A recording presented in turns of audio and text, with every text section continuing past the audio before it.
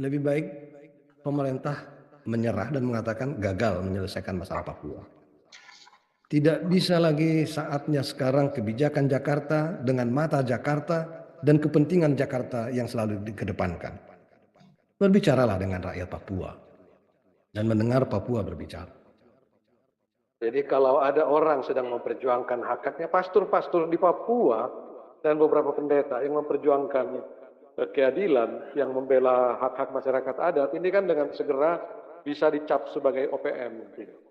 Jakarta punya keinginan integrasi kesatuan NKRI untuk Papua. Teman-teman di Papua ingin merdeka. Saya katakan kepada Pak Presiden, kalau mau sungguh-sungguh menyelesaikan masalah Papua, kita tidak perlu mulai dari awal lagi. Tinggal ikuti saja roadmap to Papua yang disusun oleh Muridan, Ibu Adriana Elizabeth dan kawan-kawan dari LIPI waktu itu. Sedikitnya 17 kali perkunjungan Presiden ke Papua. Namun hampir semua perjumpaan beliau dengan masyarakat Papua hanyalah dengan pihak-pihak yang dalam tanda petik pro Jakarta. Dan tidak pernah melakukan dialog dengan pihak-pihak di luar itu. Bahkan dengan MRP sendiri pun tidak pernah. Dan saya khawatir pengalihan dari KKB ke OPM ini juga dalam rangka memuluskan kepentingan kaum pemodal dari luar Papua. Ini kekhawatiran saya yang paling dalam sekarang ini. Dan pada gilirannya ini akan makin meminggirkan masyarakat adat di Papua. Dengan apa yang kemudian hari beliau sebut sebagai dialog sektoral. Dan untuk mempersiapkan dialog sektoral ini, Menko Polhukam dan Paternelas Tebay ditunjuk oleh Presiden untuk ini. Namun juga ternyata tidak jalan. Berbulan-bulan sesudah ditunjuk, kemudian Paternelas jatuh sakit. Saya sempat berkunjung ke Karolus, dialog dengan beliau. Kenapa tidak jalan ini Pater, saya tanya. Dan beliau ungkapkan adanya anasir-anasir yang keberatan dengan rencana dialog sektoral itu. Luka lama belum kering, masih bernanah, sudah ditoreh kembali dengan pisau kepentingan. Sehingga menimbulkan luka baru di atas luka-luka lama. Papua terus bersimbah darah. Kami hanya minta dialog di Papua. Dialog itu solusi. Mereka tembak satu kampung itu kayak binatang. Peluru tinggal di paha, di tangan, di badan. Kami angkat di Wadapi waktu itu di Serui. Kasus itu 2017 ke atas. Hanya karena bintang kejora dikibarkan, orang dibunuh kayak binatang. Mau merubah nomenklatur KKB menjadi TPN OPM, itu bukan masalah bagi kami. Tapi yang kami minta di Papua harus ada kedamaian. Baik. Itu saja dari saya, terima kasih. Terima kasih Pendeta John, jelas sekali. Kalau misalnya ada KKB, ya bisa dia nembak, kau tembak lagi. Siap. Jangan lari. Siap. Ya. Siap. Mati-matilah kamu di situ. Siap. Ya. Teman-teman, sebelum lanjut mohon dukungannya, jangan lupa komen, like, dan subscribe. Terima kasih banyak. Selamat menonton, Tuhan memberkati. Ya, kita memang tidak selesai-selesainya dengan masalah Papua ini ya. Pemerintah kita sepertinya selalu setengah hati dalam persoalan Papua ini. Dan saya terus terang tidak ahli dalam persoalan pendekatan bersenjata, apalagi pengalihan KKB menjadi OPM ini. Cuman perubahan nomenklatur ini bagi saya sepertinya hanya semacam legitimasi terhadap pendekatan militeristik yang sesungguhnya sudah dilakukan selama ini gitu. Tentu perubahan ini tidak hanya melegitimasi pendekatan-pendekatan militeristik selama ini, tetapi juga memiliki implikasi yang sangat kompleks. Bahwa dengan nomenklatur OPM ini akan ada pengedepanan militer, aparat militer untuk setiap konflik yang terjadi di Papua, dan tentu kekhawatiran saya yang terutama adalah akan mengabaikan pendekatan penegakan hukum yang mestinya dikerjakan oleh kepolisian. Ini kekhawatiran saya yang paling mendalam. Tetapi seperti saya katakan, analisis terhadap hal ini dan beberapa keberatan-keberatan saya kira sudah disampaikan oleh Kontras dengan sangat baik. Saya baca rilisnya Kontras, saya kira saya tidak perlu ulangi di sini. Yang saya lihat cuman dari bacaan saya terhadap analisis Kontras itu, maka pengalihan nama KKB kepada OPM ini menjadi sangat kontras dengan apa yang selama ini diungkapkan oleh kepala negara kita. baik oleh Presiden SBY, Pak Susilo Bambang Yudhoyono pada masa beliau 10 tahun memimpin kita, maupun apa yang dikatakan oleh Presiden Joko Widodo selama presidensial beliau. SBY misalnya berkali-kali mengatakan akan menyelesaikan masalah Papua melalui pendekatan dengan hati. Berkali-kali, bukan sekali dua kali beliau katakan pendekatan dengan hati. Dan terkait ini 16 Desember persisnya 2011, PGI mempertemukan para pimpinan gereja di Papua termasuk yang pro kemerdekaan. Pak Beni Giai, Pak Sokrates ikut di dalamnya, mempertemukan mereka dengan Presiden SBY di Cikeas. Presiden didampingi oleh Wakil Presiden, Kapolri, Panglima, beberapa menteri yang lain. Pertemuan itu memang sangat bagus, ada percakapan dari hati ke hati seperti yang dikatakan oleh Bapak SBY selama itu. Dan dari SBY sendiri yang mengatakan pada saat itu, kita hanya bisa menyelesaikan masalah Papua dengan win-win solution. Istilah itu dia pakai. Jakarta punya keinginan integrasi kesatuan NKRI untuk Papua, teman-teman di Papua ingin merdeka. Beliau ungkapkan itu. Tapi saya yakin ada win-win solution jalan tengah, kata beliau. Sayangnya memang percakapan ini tidak berlanjut oleh rupa-rupa sebab. Tetapi terkait dengan itu, pendekatan dengan hati itu, seingat saya SBY juga membentuk UP4B yang dikomandani oleh Letjen Bambang Darmono pada tahun 2012. Ya, serta beberapa bulan sebelumnya Presiden menunjuk Faris Hussein sebagai utusan khusus Presiden. Arahnya jelas, dialog. Kan kita kenal Faris Hussein. Faris Hussein yang berhasil mempersiapkan negosiasi dan rekonsiliasi masalah Aceh di Helsinki. Jadi jelas sekali pendekatannya mau meniru Aceh gitu dengan menunjuk Faris Hussein. Pendekatan Faris ketika itu sebagai seorang dokter, kebetulan saya banyak berdiskusi dengan beliau, dia rekan kerja istri saya. Memang pendekatan beliau sangat approach kemanusiaannya tinggi sekali. Dan pengalaman dia mempersiapkan dialog Helsinki untuk Aceh sebetulnya sangat menjanjikan. Dan bahkan selama beberapa bulan Faris ini sudah bertemu dengan beragam faksi yang ada di Papua. Sayang sekali lagi-lagi langkah ini berhenti, yang justru dihentikan oleh pemerintah RI sendiri atas desakan faksi militer di lingkungan SBY. Jadi ada upaya pendekatan dari hati, ada persiapan ke arah itu, tetapi di lapangan berbeda gitu. Nah, sejalan dengan itu juga Presiden Joko Widodo selalu mengatakan kalau SBY bilang pendekatan dengan hati, Joko Widodo, Pak Presiden, kita selalu mengatakan pendekatan kultural. Pendekatan kultural lah yang bisa menyelesaikan Papua, kata beliau. Saat pertama sekali Presiden Joko Widodo mengunjungi Papua, 27 Desember 2014, entah kenapa saya diajak ikut oleh KSP ketika itu Pak Andi Wijayanto, saya diajak ikut mendampingi Presiden Jokowi. Dalam sebuah pertemuan di Papua saat itu, di hadapan pimpinan GKI di tanah Papua dan Uskup Agung Jayapura, saya katakan kepada Pak Presiden, kalau mau sungguh-sungguh menyelesaikan masalah Papua, kita tidak perlu mulai dari awal lagi. Tinggal ikuti saja roadmap to Papua yang disusun oleh Muridan, Ibu Adriana Elizabeth dan kawan-kawan dari LIPI waktu itu. Lalu Pak Ternelas yang juga ada di pertemuan itu sepakat dengan itu dan mendesak Presiden untuk mempelajari roadmap to Papua itu. Sayangnya kemudian sepemahaman saya, Pak Presiden Joko Widodo lebih memusat pada pendekatan ekonomi dan pembangunan infrastruktur. Jelas ini sesuatu hal yang positif kalau dilihat sepintas, pembangunan ekonomi dan infrastruktur ini. Tetapi juga tidak bisa menyelesaikan masalah kalau hanya di sisi itu. Apalagi kalau pendekatannya top down. Sedikitnya 17 kali perkunjungan Presiden ke Papua. Namun hampir semua perjumpaan beliau dengan masyarakat Papua hanyalah dengan pihak-pihak yang dalam tanda petik pro Jakarta. Dan tidak pernah melakukan dialog dengan pihak-pihak di luar itu. Bahkan dengan MRP sendiri pun tidak pernah. MRP itu sampai bubar nggak pernah ketemu Presiden. Jadi apakah pembangunan ini hanya kacamata Jakarta ataukah untuk kepentingan Papua, buat saya juga nggak terlalu jelas. Memang ada pembangunan pasar mama-mama, tetapi kemudian juga pasar mama-mama ini dikuasai oleh kaum pemodal juga. Nah, untuk itulah pendekatan ekonomi dan pembangunan infrastruktur ini ditengarai justru lebih memenuhi kepentingan kelompok tertentu di luar Papua ketimbang masyarakat Papua sendiri. Ini tentu membutuhkan pembuktian tersendiri, betul. Tetapi dari beberapa konflik kasus antara TNI dengan masyarakat, sesungguhnya banyak terkait dengan masalah ini.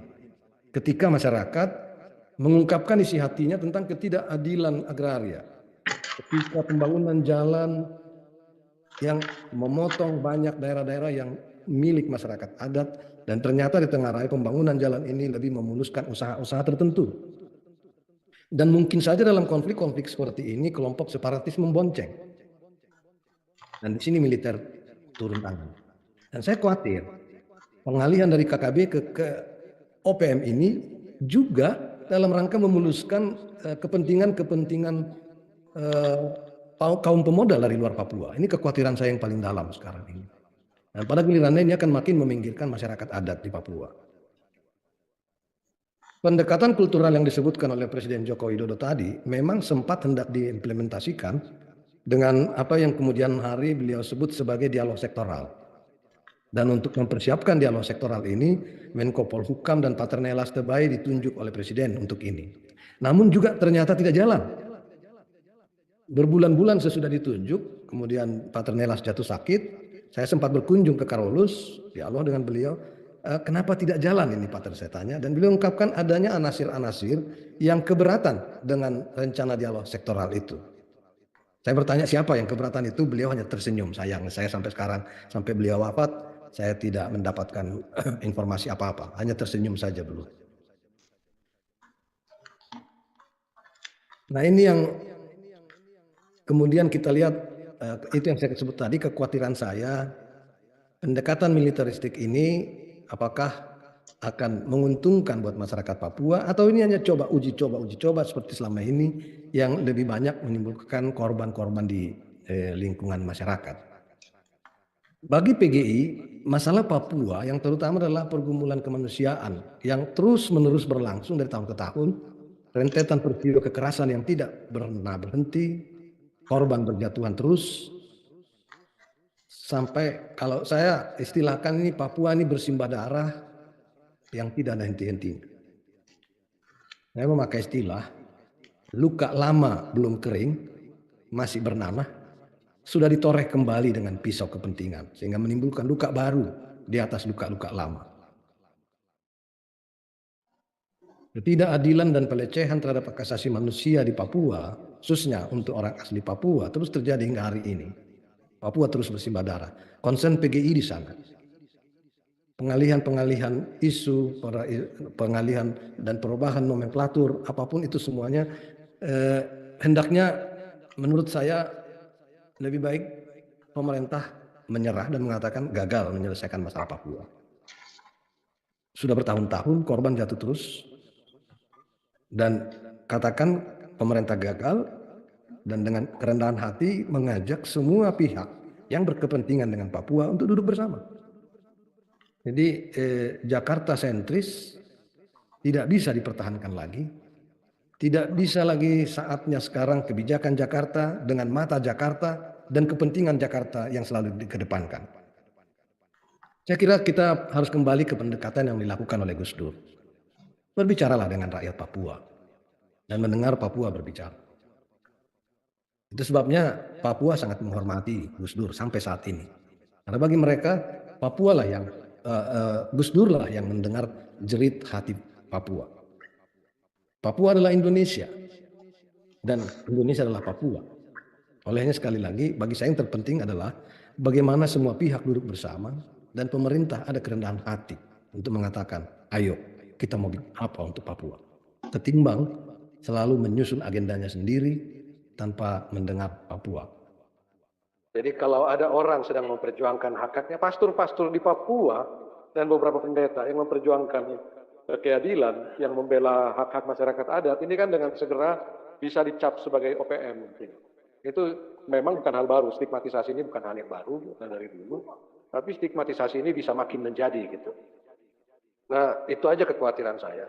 Terkait dengan pertanyaan Mbak Moderator tadi tentang kita semua sepakat dialog duduk bersama gitu, siapa yang harus memulai? Idealnya sih menurut saya pemerintah yang berinisiatif ya. Tapi tentu saja ini kalau ada kerendahan hati dari pemerintah gitu. Harus pemerintah. Memang ada upaya dari teman-teman koalisi, ada Bung Yusman, Pak Usman Hamid dan Mbak Alisa terlibat di dalamnya. Ada yang sekarang diprakarsai jeda kemanusiaan. Tapi selama pemerintah tidak membuka pintu terhadap inisiatif yang datang dari masyarakat sipil atau masyarakat internasional, ini tetap akan sulit. Jauh lebih elegan menurut saya kalau pemerintah memulai. Oke, baik Pendeta Gomar. Saya kira gitu, Pak. Ya, makasih. Ya. Terima kasih ya buat kita semua ya. Ini artinya kan kita masih peduli dengan wajah Papua sebagai wajah kemanusiaan yang damai. Dan itu harapan kita semua. Kita semua tentu punya kerinduan yang sama dan seperti kata Bung Usman tadi ada pemimpin-pemimpin agama, tokoh-tokoh bangsa yang bisa menginisiasi untuk duduk bersama ini. Tapi sekali lagi kita semua saya pikir harus mendorong pemerintah untuk saya nggak tahu bagaimana caranya ya dengan pemerintah kita ini karena banyak sekali kepentingan yang berbeda-beda di istana berbeda, di militer berbeda dan sebagainya. Tapi saya kira kalau kita semua, saya sebetulnya sangat mengapresiasi inisiasi yang dilakukan oleh teman-teman di jeda kemanusiaan itu. Tadinya saya berharap banyak dari situ dan sudah dipertemukan dengan Pak Luhut berjanji dan segala macam. Tapi ya kembali lagi ini macet gitu ya. Ini mungkin yang harus kita teruskan, Bung Usman, mungkin teman-teman itu mulai lagi kita bersama-sama dengan tokoh bangsa tadi mendorong Ketua PBNU, Muhammadiyah, KWI, PGI bersama-sama untuk mendorong pemerintah untuk duduk bersama ini. Baik. Itu doa kita bersama semua saya kira. Terima kasih. Terima kasih. Ya, saya Pendeta John dari Jayapura. Saya ketua klasis di Kepulauan Raymond Padaido, Biak. Saya bertugas di Sinode GKI Tanah Papua. Saya kepala bidang umum 5 tahun. Kemudian di KPKC Sinode GKI kerja dengan Pendeta Dora Balubun, ya, dan juga Pendeta Ronald Tapulatu kenal. Saya senang, terima kasih karena saya bisa diberi kesempatan. Untuk perubahan nomenklatur dari Panglima bagi kami tidak ada makna karena itu kepentingan militer dan toh Papua akan tetap menjadi wilayah ras militer. Karena tidak ada niat baik dari negara, orang Papua, kami belajar dari banyak peristiwa penyiksaan, kekerasan, itu yang dibangun, pengalian isu, pembunuhan PACE. Itu kalau Pak Pendeta Ronald Tapulatu bilang memoripasionis, betul.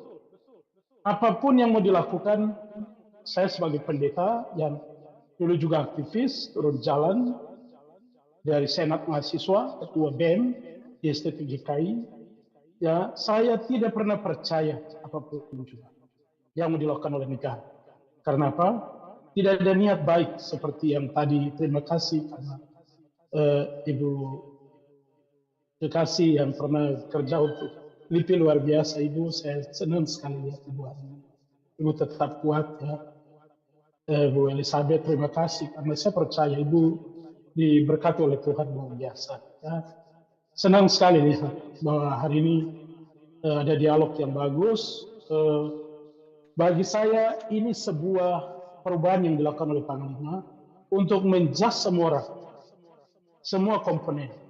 Siapapun yang bicara pasti akan afiliasinya mengarah ke sebuah pencitraan untuk membungkam, untuk meredam. Dan itu dilakukan secara masif, tapi juga terstruktur. Nah, orang Papua tidak butuh itu. Mau bilang KKB, mau bilang TPNOPM, mau bilang apapun. Di Papua sudah dari dulu sampai sekarang seperti itu. Tahun 61 sampai sekarang. Tambang diambil 67 ke atas tanpa ada kompromi politik. Orang Papua dapat apa dari Freeport? Tidak ada. Kita punya kekayaan hanya dikeruk. Dan labilisasi itu untuk membangun, merampas, mengambil, mengeruk kekayaan. Kami tidak dapat apa-apa. Hari ini 6 provinsi, katakan 6 provinsi yang dibangun hari ini. Miskin sekali kita. Di semua provinsi tidak ada uang. Orang-orang Papua mau studi ke luar negeri susah. Jadi hari ini kalau kami dengar Panglima, kami dengar apapun, mau merubah apapun, itu hanya kepentingan negara. Untuk membunuh karakter, membunuh demokrasi, menjas sesuatu tanpa alasan yang jelas. Kami hanya minta dialog di Papua. Dialog itu solusi. Sebab semua kombatan, baik TNI Polri, TPN OPM, ini kombatan semua. Sipil akan selalu menjadi korban dari kekerasan. Sehingga kami, saya sebagai pendeta, ya, saya pendeta John Baransano, saya berharap bahwa mari kita duduk bersama. Entah yang menyampaikan materi untuk kita luar biasa, tapi juga pihak-pihak yang mendengar, baik teman-teman dari pemerintah, TNI Polri, mari kita buka ruang dan kita duduk. Bahwa dialog itu bukan akhir dari semuanya. Saya pernah pergi ke Wadapi, itu karena jas orang Papua, naikkan bendera bintang kejora, mereka tembak satu kampung itu kayak binatang, dari ketinggian dengan Moser. Saya angkat korban-korban yang mati itu dengan pendeta Albert Yoku yang hari ini, dia menjadi unit percepatan untuk pembangunan di Papua. Kami dua angkat orang berlumuran darah, peluru tinggal di paha, di tangan, di badan, kami angkat di Wadapi waktu itu di Serui. Kasus itu 2017 ke atas. Dan itu mengerikan sekali. Hanya karena bintang kejora dikibarkan, orang dibunuh kayak binatang tanpa punya rasa bahwa itu manusia. Jadi bagi saya, kami tidak merasa apapun juga, kami minta dialog. Mau merubah nomenklatur KKB menjadi TPN OPM, itu bukan masalah bagi kami. Tapi yang kami minta di Papua harus ada kedamaian. Baik. Itu saja dari saya, terima kasih. Terima kasih Pendeta John, jelas sekali. Yang kami minta adalah dialog. Oke, baik, saya catat. Teman-teman mohon dukungannya, jangan lupa like, komen, dan subscribe. Tuhan memberkati.